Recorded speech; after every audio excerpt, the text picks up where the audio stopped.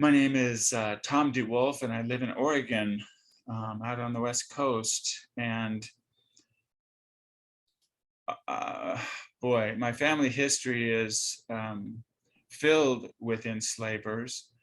I learned about this when I owned a combination restaurant, movie theater, performance stage, and downtown in the town where I live, we showed foreign independent classic films, and right near around the corner was the fire department, and one of the firemen became pretty good friends, and he told me one time he thought we might be related because his dad's middle name was DeWolf, and I said maybe so, and he says yeah, he's got this book, and that got my attention because I had heard about this DeWolf genealogy book. And turned out when I got married, my wife and I went to the East Coast, and this was in 1986, and we met Dave's father, who was just the most amazing genealogist, and he had figured out Dave's and my connection. We were sixth cousins once removed. And he told me all about the family history, the famous people, being related to the guy that wrote Moby Dick and the Barrymore acting family, and all these authors and actors and lots of priests within the Episcopal Church. And he mentioned in passing they were slave traders, rum runners, and privateers, which sounded to me like Pirates of the Caribbean at Disneyland. It didn't really hit me in 1986. Then fast forward to late 2000, this fireman friend of mine, cousin of mine, Dave, gets invited to participate in this journey. And he handed the information over to me. He says, hey, you own a movie theater, you like movies, you should call this lady. And next thing that happens is I'm one of 10 people who are going to participate in the making of the film Traces of the Trade, a story from the deep north. And we retrace the triangle slave trade of our ancestors, which it turns out was the largest slave trading dynasty in US history. More than 100 voyages through the triangle trade transported more than 100,000 African people from their home to be enslaved and for their descendants to be enslaved. And they brought these people to something like 40 different ports in North and South America and in the Caribbean islands. So the most well-known, the most successful is a guy named James DeWolf, and he became a state senator from Rhode Island, became a United States senator for a while, and when he died in 1837, he was the second richest man in the United States. During the War of 1812, he owned more ships than the United States Navy did and was a very successful privateer. There were 3 generations of DeWolfs that were involved in the slave trade from the late 1760s for the next 50 years until it was made a hanging crime in 1820. And we believe they continued certainly in Cuba until it was outlawed in Cuba around the time of the American Civil War. So, I knew nothing of this growing up. My dad's father passed when my dad was 2, and my grandfather's grandfather passed away when his son was 2. So there's breaks in family knowledge for sure. But this is also something that within parts of the family that knew of this history, I don't think it was discussed.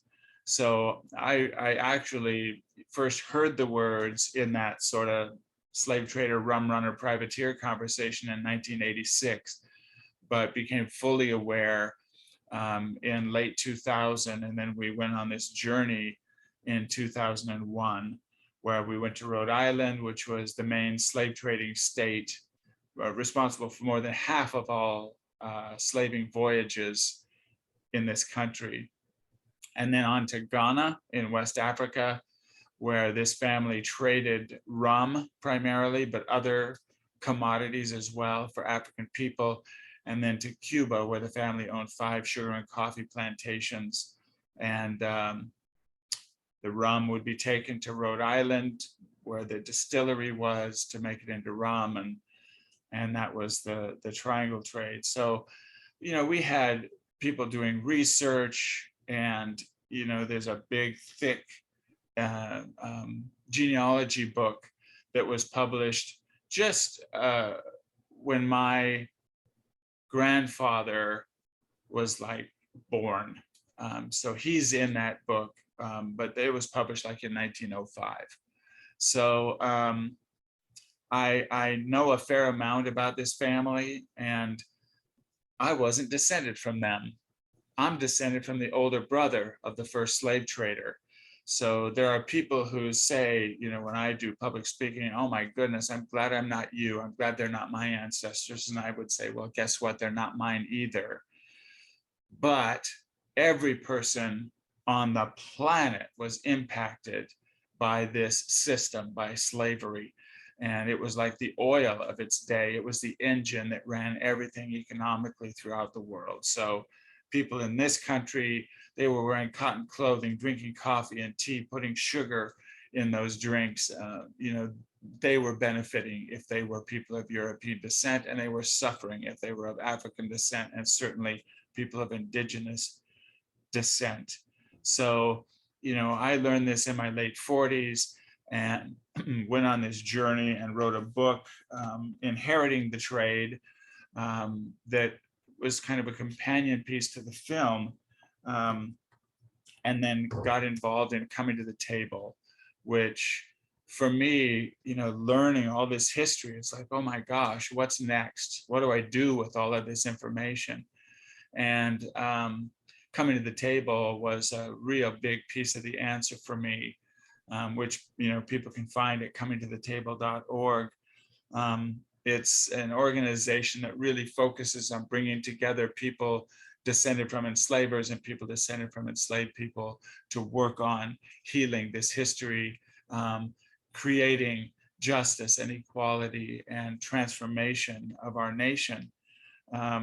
So I've been dealing with this now for the last couple of decades, both within Coming to the Table and just as a writer, and have written several books now, and really trying to get white people, and particularly white men, to recognize that this is important work to do. Even if I don't know about my individual connection to enslavement, our nation, every state in this country, every individual was impacted by slavery and continues to be impacted by the legacies and aftermaths of slavery. And you know, so to create justice, to create equity, to create repair, you know, Coming to the Table has like a 40-page reparation guide on the website that lays all the foundations, the whys, helping people to understand just how widespread this was, and understanding the history, acknowledging the history, making connections within and across racial lines, healing by any means necessary, and then taking action to undo the damage that continues today. And so there's a whole list of reparative acts suggested that take place, that need to take place within government, within law enforcement, within sort of the whole economic system, jobs, education, healthcare. And it all begins with understanding our history and acknowledging it.